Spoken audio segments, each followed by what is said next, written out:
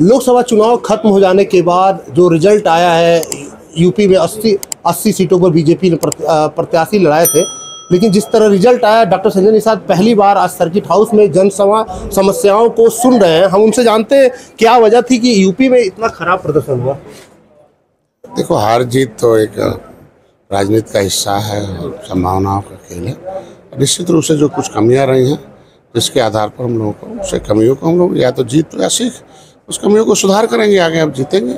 हमें जो अब तक का हमें लगता है कि विपक्ष ने नैरेटिव जो सीट का झूठ जो भ्रम फैलाया, उसके वजह से वोटरों को ट्रांसफ़र कराने में आशा, वो नैरेटिव को समझा कर वोट लेने में कामयाब रहे। हम अच्छे काम करके भी लोगों को जीतने में नाकामयाब रहे। अच्छा, तो देखा जाए चुनाव में एक सबसे बड़ा मुद्दा था बेरोजगारी। युवा कहीं ना कहीं इस बार नोटा का प्रयोग सबसे ज़्यादा किए। यूपी में जितना नोटा का प्रयोग हुआ उतना कहीं नहीं हुआ। तो क्या वजह मानते हैं कि जब सरकार रोजगार देने में असमर्थ रही कि लोगों ने बीजेपी को पसंद नहीं किया? देखिए, जो भारत का स्वतंत्र नागरिक है, और स्वतंत्र नागरिक किन परिस्थितियों में सोचकर वो वोट देता है, वो उसके ऊपर जाता है। उस किसी को वोट देने पर दूसरा व्यक्ति कहे कि ऐसे इसके कारण से वोट दिया, मैंने बता दिया कारण था कि इधर से कि लोगों ने नैरेटिव सेट किया, और नैरेटिव सेट करने के बाद कि इधर भी वोट दे सकता है, उधर भी वोट दे सकता है। तो कुछ लोगों ने विपक्ष को वोट दे दिया, कुछ लोगों ने नोटा को वोट दे दिया। अच्छा, अगर देखा जाए अंदर घात भी है। लोग जो हारे हैं उनका आरोप है कि लोग चुनाव में प्रचार नहीं कर रहे थे सही से। तो क्या लगता है भीतर घात का भी अंतर रहा है बीजेपी में? देखिए, प्रत्याशी को अपने ऊपर भी लेना चाहिए। उन लोगों ने बहुत लाइट में लिया और बहुत उत्साह में थे। हमको लगता है ऐसा नहीं है कि खाली हम अन्य लोगों पर हम आरोप लगा सकते हैं, अपने ऊपर भी लेना चाहिए। निश्चित रूप से कुछ ऐसे हैं जो पार्टी को माँ कहते हैं, लेकिन समय आने पर कभी कभी भीतरघात भी करते हैं। ऐसा भी कहीं कहीं सुनने में आया है। अच्छा, आपके लड़के प्रवीण निषाद पहली बार जब संत कबीर नगर गए, ऐतिहासिक वोटों जीते, क्या वजह रही कि दूसरी बार उनको हार का मुंह देखना पड़ा? देखिए, मैंने बताया ना कि बहुत लोग हैं आज के दिन में जो इस तरीके से आज उत्तर प्रदेश में हवा होती है ना, हवा मतलब एक नैरेटिव होता, उसके नैरेटिव के शिकार बहुत लोग हैं। तो उसमें प्रवीण निषाद भी है, उसमें कौन बहुत बड़ी बात है।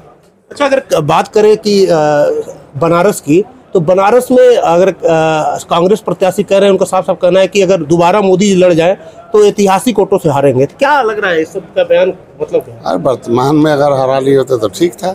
मोदी जी का देश में था कि मोदी जी को प्रधानमंत्री बनाना है, मोदी जी को देश में प्रधानमंत्री बनाया गया, सहयोग से बनाया गया, फिर कामयाबी मिली है, आगे फिर काम किया जाएगा, फिर जो है जीता जाएगा और देखा जाएगा। विपक्ष के पास कुछ है नहीं।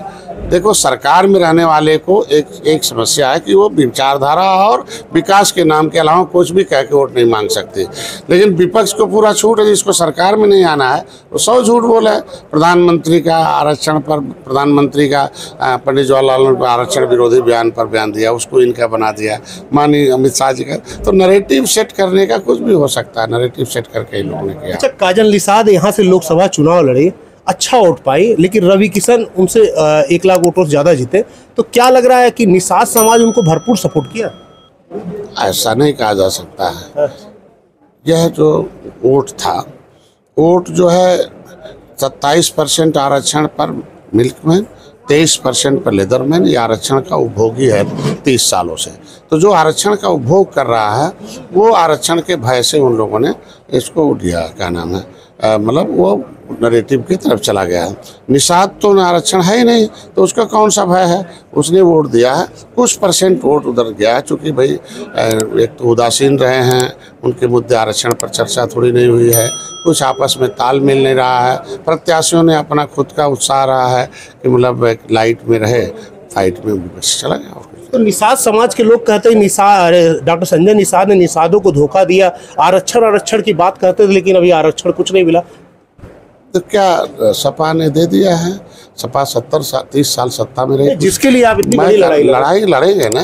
हम वकील हैं, वकालत कर सकते हैं, वकील जज नहीं होता है। समाज मेरा सब जान रहा है, डॉक्टर साहब वकील हैं, वकालत कर रहे हैं। खाली विरोधी के पेट में दर्द हो रहा है, जो आरक्षण का हिस्सा खाने वाले हैं, आरक्षण के नाम पर गुमराह करने वाले हैं, गोली चलाने वाले हैं।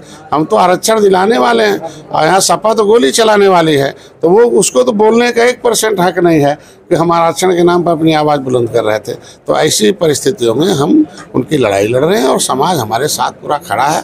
इनके साथ आज कम से कम विपक्ष को भी निषाद दिखाई दे रहा है, पक्ष को भी दिखाई दे रहा है। तो उनके मोतियाबिंद का ऑपरेशन तो डॉक्टर संजय ने किया ना कि निषाद के पास भी शक्ति है, इसलिए इनके पास वोट है। अच्छा, अगर बात करें प्रधानमंत्री नरेंद्र मोदी से लेकर मुख्यमंत्री योगी आदित्यनाथ लगातार बैठकें कर रहे हैं, आखिर हार की वजह क्या है? तो आप लोग क्या कर रहे हैं, इस पर क्या समीक्षा? हम लोग भी ऊंचा बैठक कर रहे हैं, हमने भी किया। अपने यहाँ जो कमी आई थी, कुछ लोग ऐसे थे, उनको कार्रवाई की। हम चाहते हैं कि भारतीय जनता पार्टी भी समीक्षा कर रही है, जो कमी है कहीं कहीं कुछ लोगों पर कार्रवाई करें। ये थे हमारे साथ डॉक्टर संजय निषाद। अजीत सिंह, न्यूज़ 24 गोरखपुर।